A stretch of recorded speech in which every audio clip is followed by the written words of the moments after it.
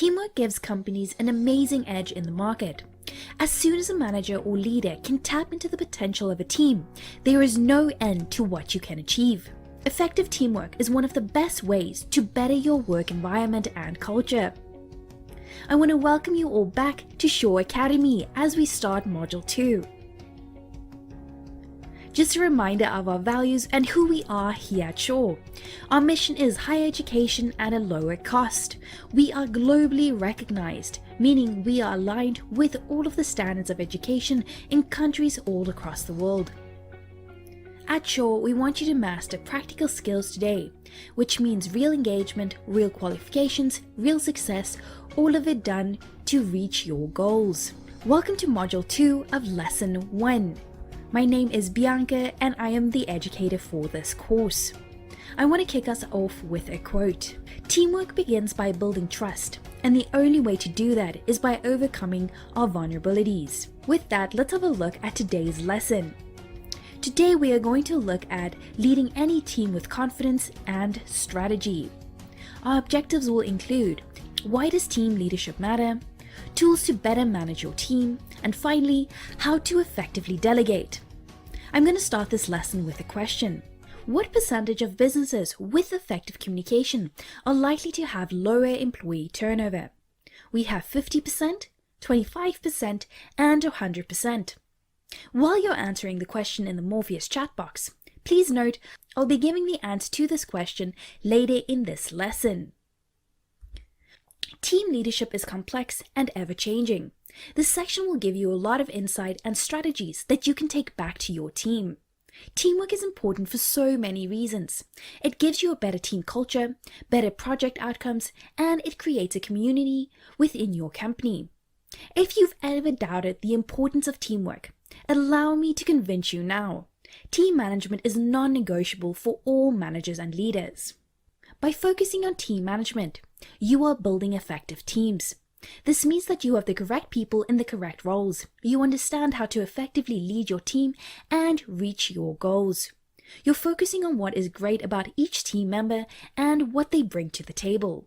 When employees feel supported in a team, they know exactly what they need to do and they have the resources to do so. You can see an increase in productivity, employees are willing to collaborate, share resources and ideas, and as a result, you have an effective way to complete tasks. When employees feel supported and you have effective teams, you will see that your team members feel more satisfied and engaged in their work. According to BIT AI, 54% of employees say a strong sense of community, great co-workers, celebrating milestones, a common mission kept them at a work even when it was not in their best interest. Learning and development is the key for employees of all ages. Employees want to know that they're growing and becoming better. When you have effective team management, employees are more likely to share their experience, knowledge, and resources. The other side is also true. When you have an ineffective team, employees compete against each other and they will withhold information and knowledge. With the importance of teamwork in place, here are some types of teams that you can find in the workplace. Keep an eye out for the team types that you currently have in your workplace and the ones that you can make use of in the future.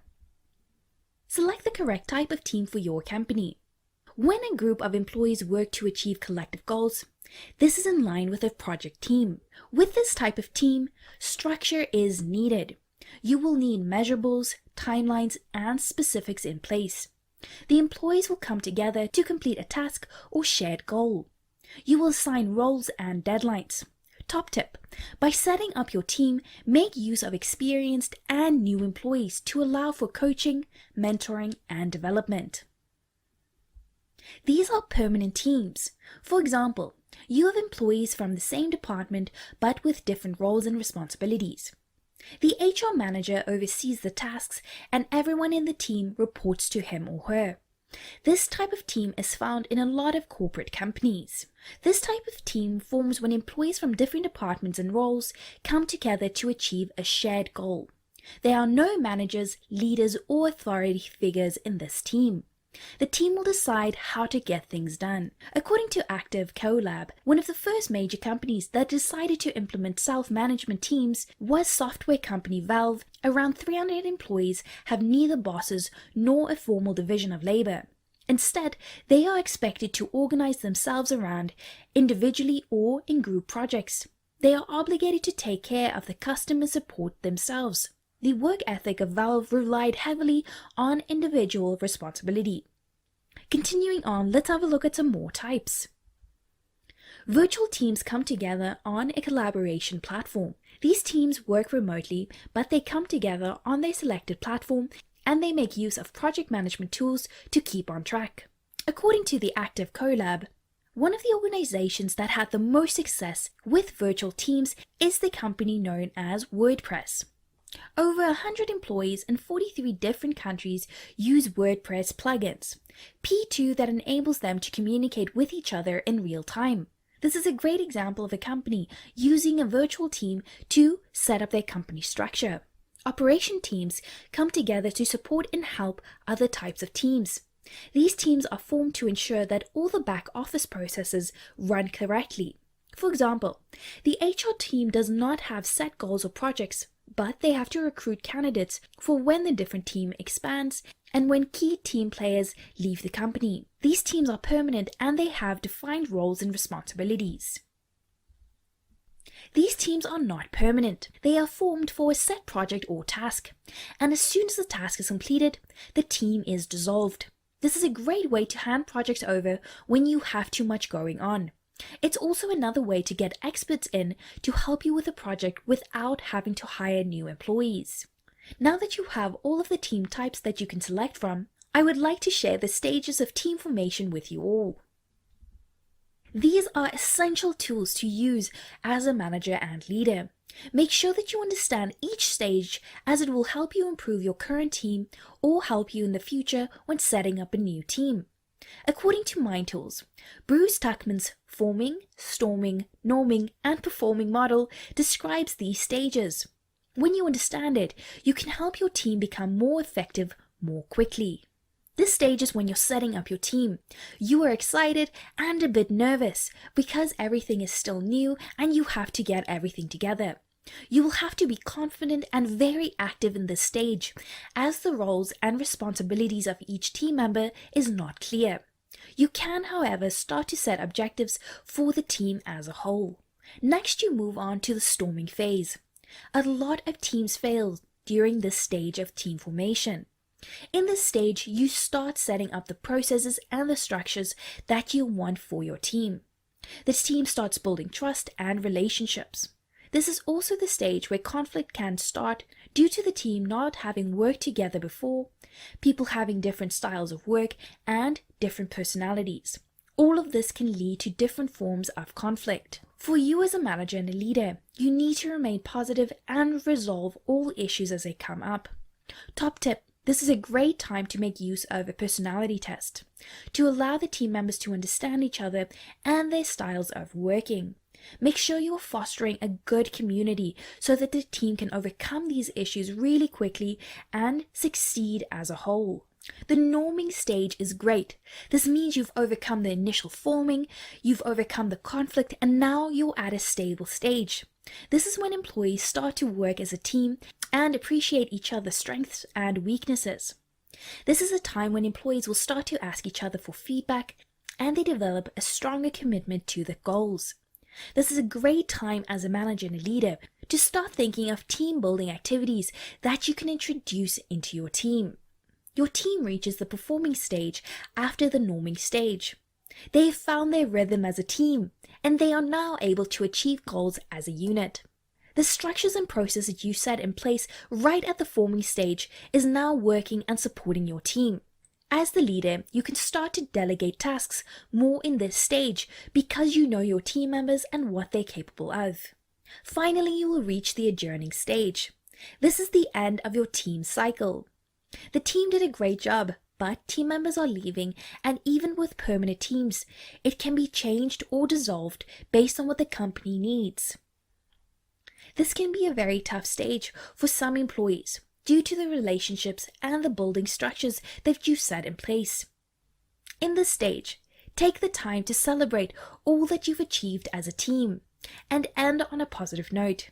Make sure to highlight the accomplishments of individuals and the team as a whole. With all the stages in place, teams still fail, and a lot of managers and leaders don't understand why. Here are some of the top reasons why teams fail and things I want you guys to think about so that you can avoid it in the future. When leaders are unsure of how to set up accountability, this leads to teams failing. Employees start to care less and they put in a lot less effort than before. For example, let's think of your top performing team member.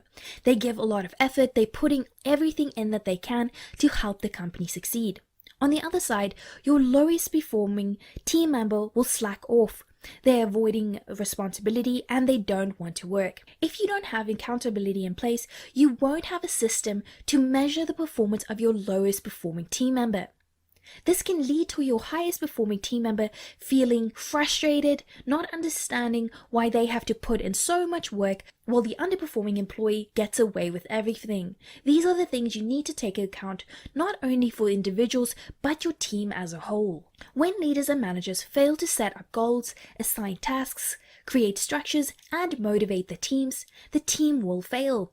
Employees will look to the authority figure to keep them on track, follow up, and give guidance. When your leader or manager fails, everything starts to fall apart. Employees cannot recover without that support. Planning is the key when working with teams, setting up projects, and creating structures. A lot of teams fail because they do not have the correct systems to plan and track the employees and the different tasks that the teams have to perform. As a result, there's a lack of checks and balances and follow-up.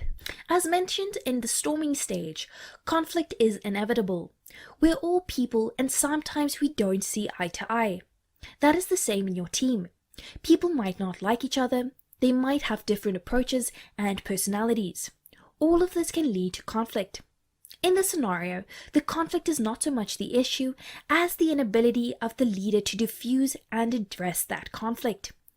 As a leader and a manager, you need to be confident, address the issues in real time, and come to a conclusion. Let's have a look at the lack of training. When setting up a team and tasks, you need to think about training. This means assessing the skills that your team currently has and the ones that they need to perform the task. This skill gap analysis will help you set up better training plans for your teams and for the individuals who need additional support. Here you have several reasons why teams fail. On a more positive note, how can we better motivate our teams? Reward is essential. I cannot stress this point enough. As I said in Module 1, you can make use of rewards and recognitions to motivate your employees. With that, salary also matters. According to Inc.com, 6% of engaged employees say they would leave their current job for just 5% increase in their pay. Make sure you're paying your employees in line with the market average and that you have rewards and incentives in place for hard work. You want to recognize the performance of your team and the individuals in that team. No one wants to work in a dirty, dark, cluttered office. Make sure that the office space is clean, neat, and that the resources are there that your team needs. You don't have to spend thousands of dollars on new office furniture or ornaments. Make sure you have the basics that your team needs and you can build up your office space over time. The lack of training and development has been noted as a reason why employees leave companies and jobs. Companies need to invest in their employees like never before. As a manager and leader, this means that you give your team members the opportunity to be coached, mentored, take short courses, and other workshops. Continuing on, let's have a look at more ways to motivate your team. According to Inc.com, 38% of employees in a survey reported that they would rather take an unpleasant activity than sit next to a micromanaging boss. Give your employees the structures, goals, resources, and timelines by when they need to complete a task. When you assign the task, allow them to figure it out, but also keep in mind, keep a clear open door policy to ensure employees can come to you when they need help. This will create a much better office environment and your team will work effectively. Inc.com continues by saying that in a study, 63% of employees reported that they wasted time at work because they weren't aware of what work was priority and what wasn't. Employees won't reach goals if they don't know what they are. This means that even if you have the best structures and resources, without effective goals and communication, nothing gets done. Managers and leaders, this is where you need to take control. Step in and make sure that you're setting those goals. See mistakes as a learning opportunity. As we said in Module 1, Lesson 1, a growth mindset unlocks potential. Make this part of your team culture. When someone makes a mistake, they need to own up and learn from it. Become better and be transparent. As leaders and managers, you want to make it clear that your employees can be honest and that you will guide them when they make a mistake. This is an amazing way to build trust and truly serve your employees. And there you have it, 6 ways to effectively motivate your team. So what are some skills that you need to have as a manager and leader to manage your teams? Well, I have several to share with you in this slide. You've heard the word feedback so many times in Module 1, but in Module 2, I will give you the tools to apply feedback correctly. Use your feedback as a way to coach and mentor your employees. Growth and improvement should be the outcome of all feedback. In your teams, you want to create a feedback culture. But what does that mean? Employees should give feedback to each other, to you as the manager or leader, and to themselves. Never forget the value of self-evaluation. Later in this lesson, more will be shared about delegation. This is the art of empowering your employees by giving them authority over a task. This art is also knowing when to delegate and when not to. More about this in Section 3 of this lesson. As mentioned in Lesson 10 of Module 1, personality management is needed by all managers and leaders. We need employees to feel supported, heard, and comfortable because, as the leader, you understand what your employees need. This means you have invested in understanding your employees by using personality tests. Investing in your personality management will yield great dividends in the long run. Have the confidence to make tough decisions. When you see conflict, pull employees aside to see what is happening. Address gossiping and bullying in real time. This means using real-time feedback approaches to have direct conversations that lead to better outcomes. Never be too proud to learn from your team. Managers and leaders need to be open-minded and assess your own skills and competencies. No one can be the best at everything. By allowing yourself to learn, you will be able to create a healthy company culture and a team culture where employees are not ashamed to learn and try new things. This has been a lot of information in the first section of this lesson. I want to give you all a quick brain break to relax as I review some facts. Did you know? About 75% of employees rate teamwork and collaboration as very important. Yet, only 18% of employees get communication evaluations at their performance reviews. 86% of employees and executives cited lack of collaboration or ineffective communication for workplace failures. With that collaboration in mind, for your team leadership and management, I want us to focus on planning and organizing for your team. This section of the lesson is dedicated to getting your team organized and increase productivity, collaboration, and the effectiveness of your team as a whole. The section has great approaches and tools you can start using today. Let's answer that question I asked right at the beginning of the lesson. What percentage of businesses with effective communication are likely to have lower employee turnover?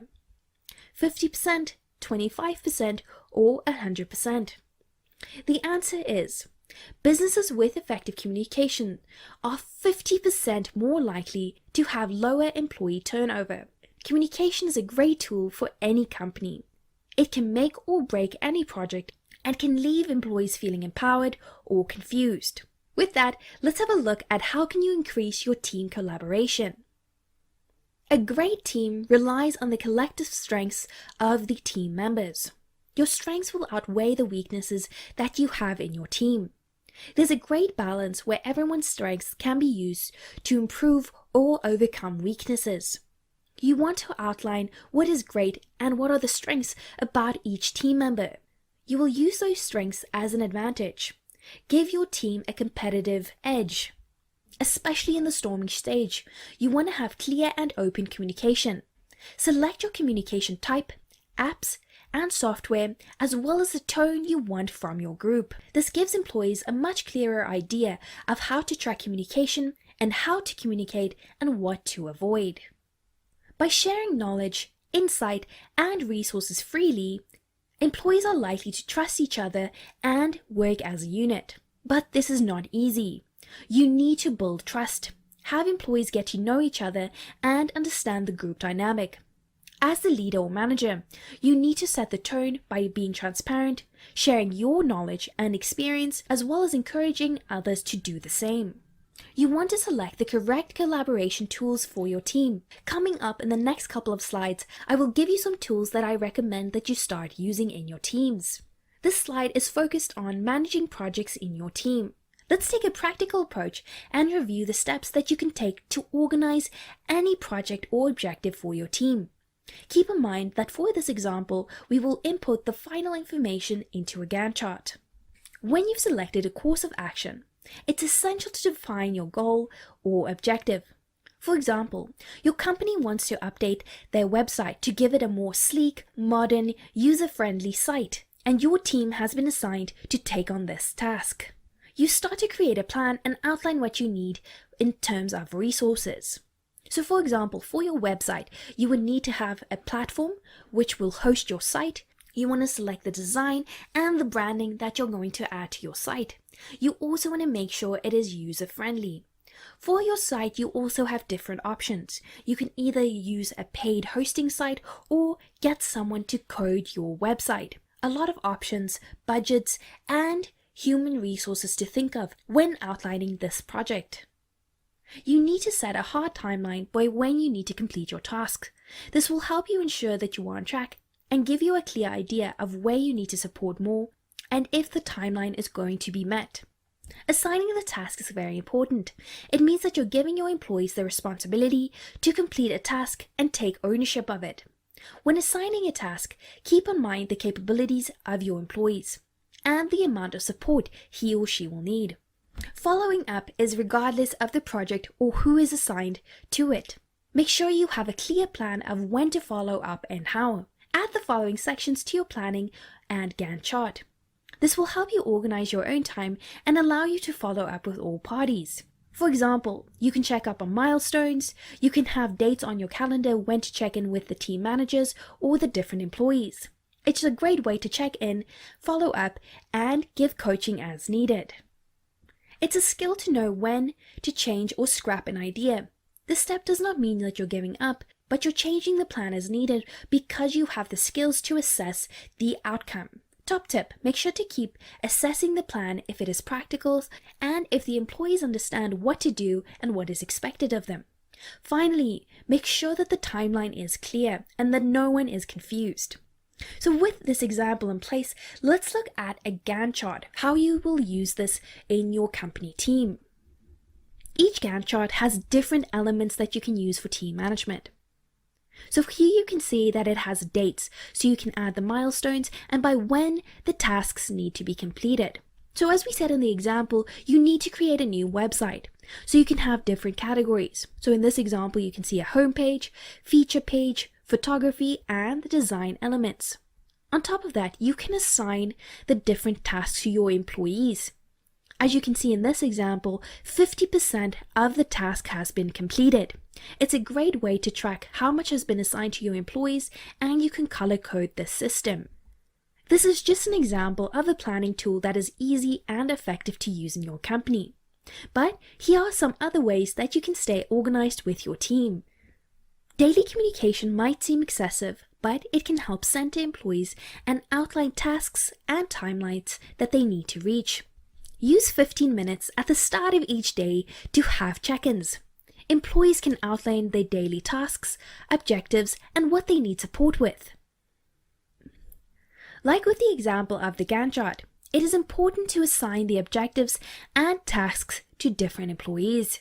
Give them the responsibility and empowerment to complete a task, but offer a lot of support and follow-up at the beginning. This will help you shape your team culture and give employees confidence to complete tasks.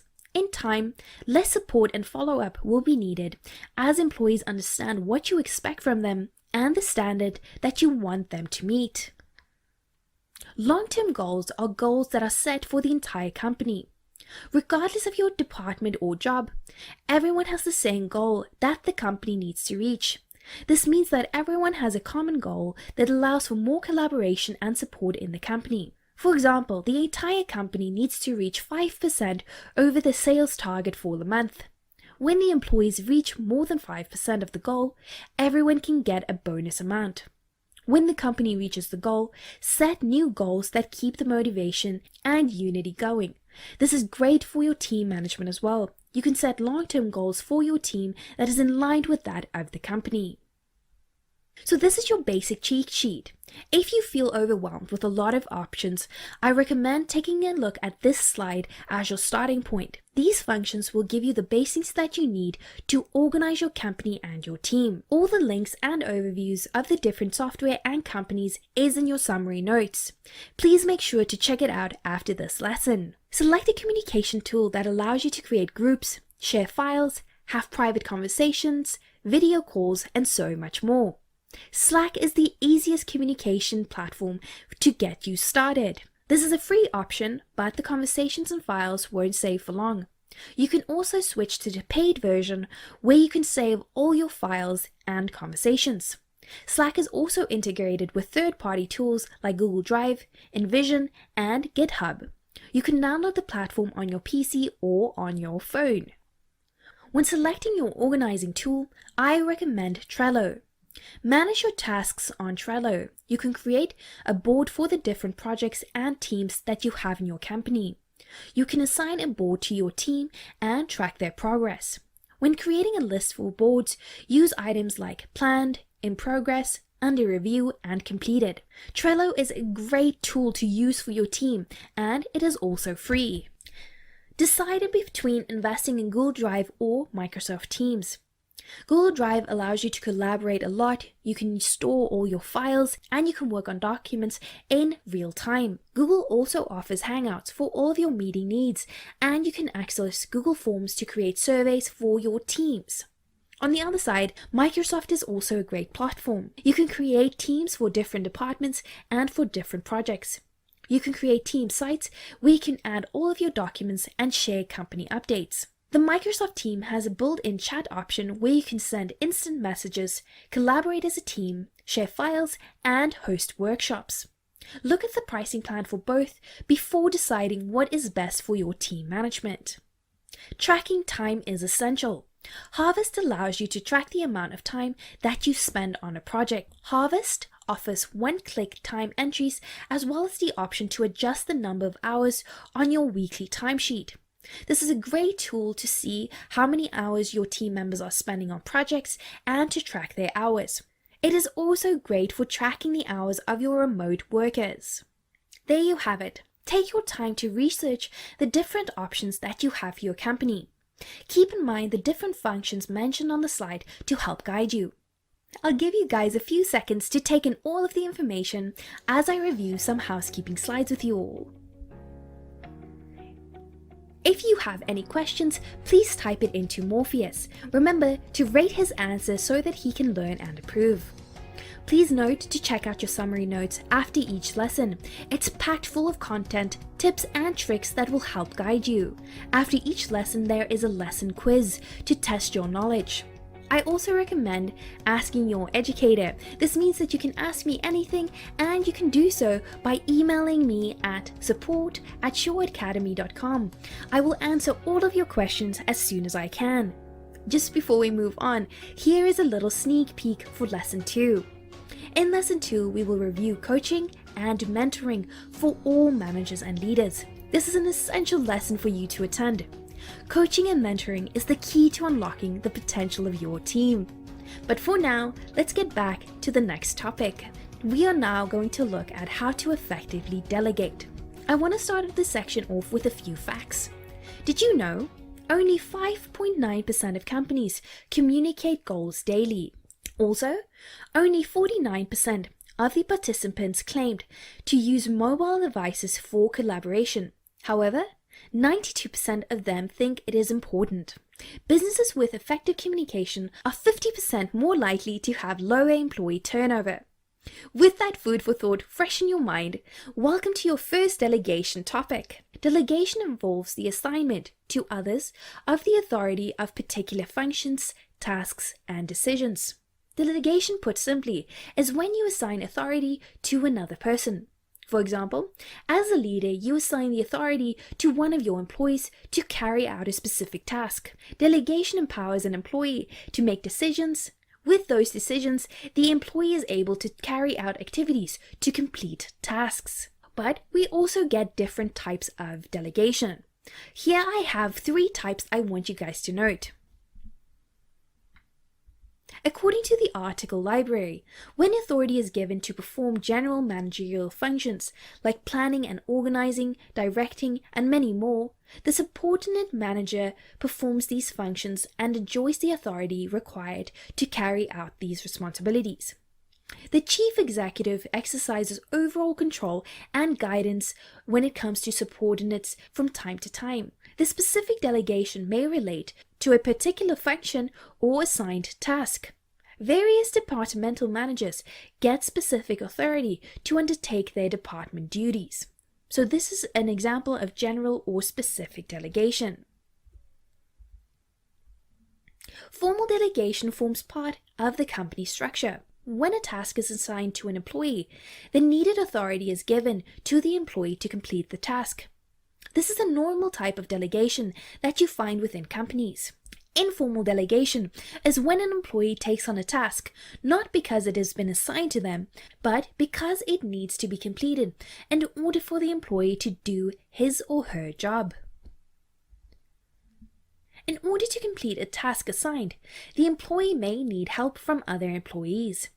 This type of support can take time, so in the meanwhile, the employee can contact the other support employees in an indirect manner. When authority is delegated informally, it is called lateral delegation.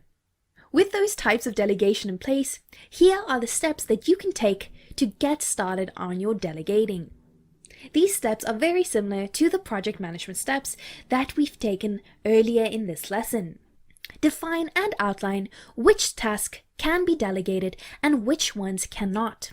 Once you have the ones that you can delegate, define the task and outcome that you want.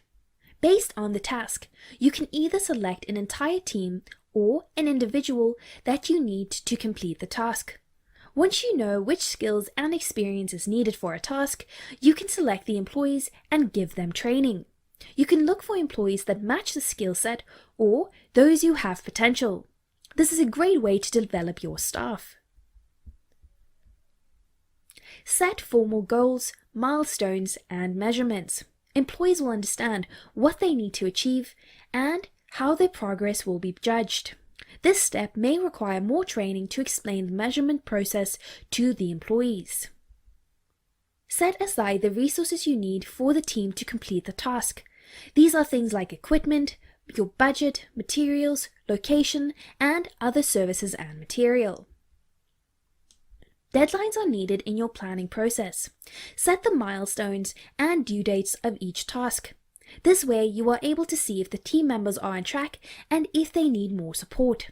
Keep in mind that you may need to change and update the plan if the employees cannot complete the task within the given time. You need to select the communication tool for your project and team. Select your communication process and platform. For example, all of the communication will take place on Slack. You will track their progress on a Gantt chart. You will also use Trello for the individual tasks and help the employees plan and track their progress. You will input the Trello updates into the Gantt chart. Finally, Feedback allows for team members to grow and for individuals to improve. Set feedback time aside to give employees feedback on their performance.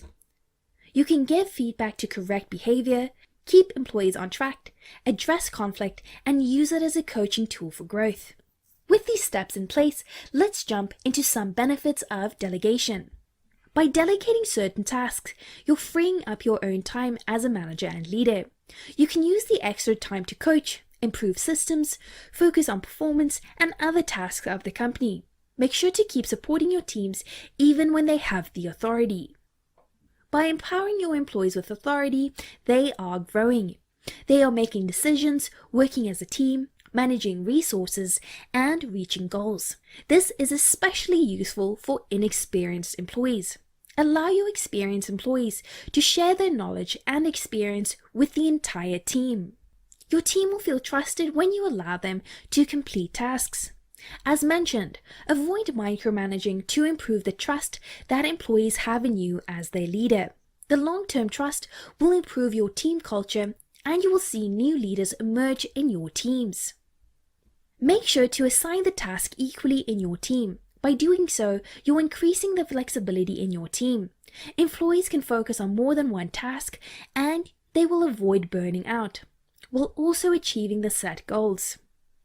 Well, this has been a lot of information on team management and leadership. Before we end this lesson, here are some Shaw Academy features that I would like to share with you all.